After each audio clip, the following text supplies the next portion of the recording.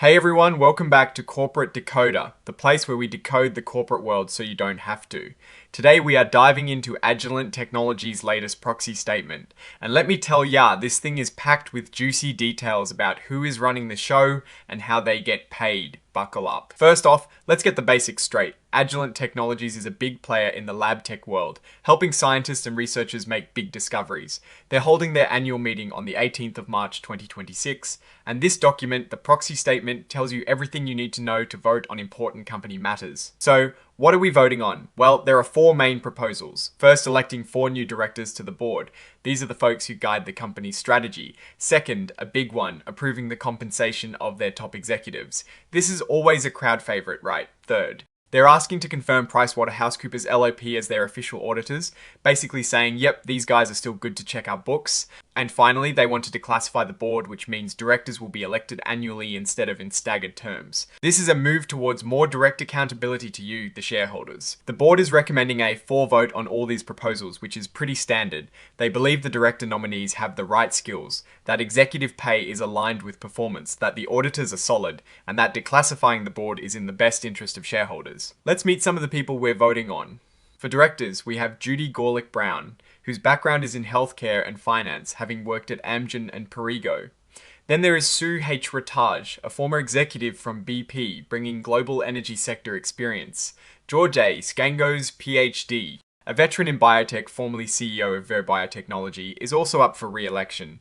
And finally, Dow R. Wilson, who led Varian Medical Systems, brings a wealth of experience in medical technology. Now let's get to the really interesting part, everyone's favorite. How do these directors get paid? For the fiscal year 2025 plan year, non-employee directors receive a base cash retainer of $105,000, with the board chair getting a bit more at $155,000. Committee chairs also get additional stipends, like the audit committee chair pulling in an extra $25,000. On top of that, they get annual stock grants valued at $235,000. This is a significant chunk, really tying their financial success to the company's stock performance. Looking at the actual compensation for fiscal year 2025, you can see the numbers. For example, Dow R. Wilson, the chair of the Audit and Finance Committee, is listed with cash retainer and chair retainer totaling $105,000 plus $25,000. And stock awards worth $220,426, bringing his total to a hefty $350,426. It is clear these roles are compensated well, reflecting their significant responsibilities. Alright, let's shift gears to executive compensation. This is where things get really detailed. Agilent had a solid year in fiscal 2025, with revenue growing by 6.7% and non-GAAP diluted earnings per S-Hair, or EPs, up by 5.7%.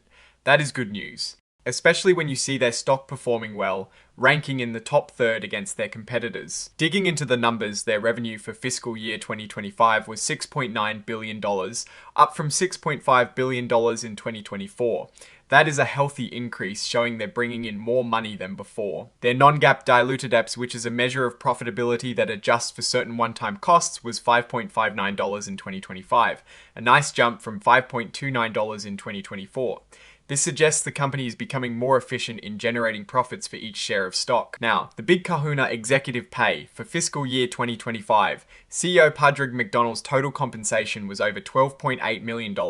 A huge chunk of this comes from stock and option awards, reflecting the company's strategy to align executive pay with long-term stock performance. Other top executives also saw substantial compensation packages, with figures in the millions driven largely by equity awards. For Rodney Gonsalves, who stepped up as interim CFO, his total compensation for 2025 was just under $2.7 million, which included a stipend for his extra duties and stock awards. Simon May, president of the Life Sciences and Diagnostics Group, earned over $3.8 million, while Angelica Riemann, president of the Agilent CrossLab Group, received over $3.2 million. Brett DiMarco, the chief legal officer, pulled in over $3.6 million, and Robert McMahon, the former CFO who resigned mid-year, had his compensation reflect his tenure and duties, totaling over $5.5 million for 2025. Looking at stock option exercises and vested awards from fiscal year 2025, we see significant values realized. For instance, Robert McMahon exercised options that, along with vested stock units, amounted to over $3.5 million. This shows how the company's stock performance directly impacts the wealth of its top brass. Interestingly, most of the top executives do not have pension benefits. However, for those who do, like Rodney Gonsalves, the present value of accumulated benefits under plans like the US retirement plan can be quite substantial, with Gonsalves having a balance of over $782,000. This is a residual benefit from older plans. And it is clear the focus is now on equity-based compensation. Let's circle back to Proposal 4, the declassification of the board. This is a significant governance change. Currently, the board is staggered, meaning only a portion of directors are up for election each year, if approved. This amendment will transition Agilent to an annual election system for all directors by 2029. The company has been engaging with shareholders on this, and a good chunk of their major stockholders seem to support this shift. The board is strongly pushing for this change, highlighting that it is a response to shareholder feedback and a move towards better alignment. This is a big deal for corporate governance, giving shareholders more direct say on who sits on the board year after year. Looking at who owns the company, the Vanguard Group is their largest shareholder with 11.8%, followed by BlackRock Inc. with 8.4%. These are massive institutional investors and their voting power carries significant weight. It is interesting to see how much stock the directors and executive officers own. For example, Ko Boon Hui, the independent chairperson of the board, owns over 61,000 shares, and the total for all directors and officers is over 479,000 shares. While this looks like a lot as a percentage of the total outstanding shares, it is quite small, meaning executive compensation is heavily weighted towards performance-based equity rather than just sheer stock ownership.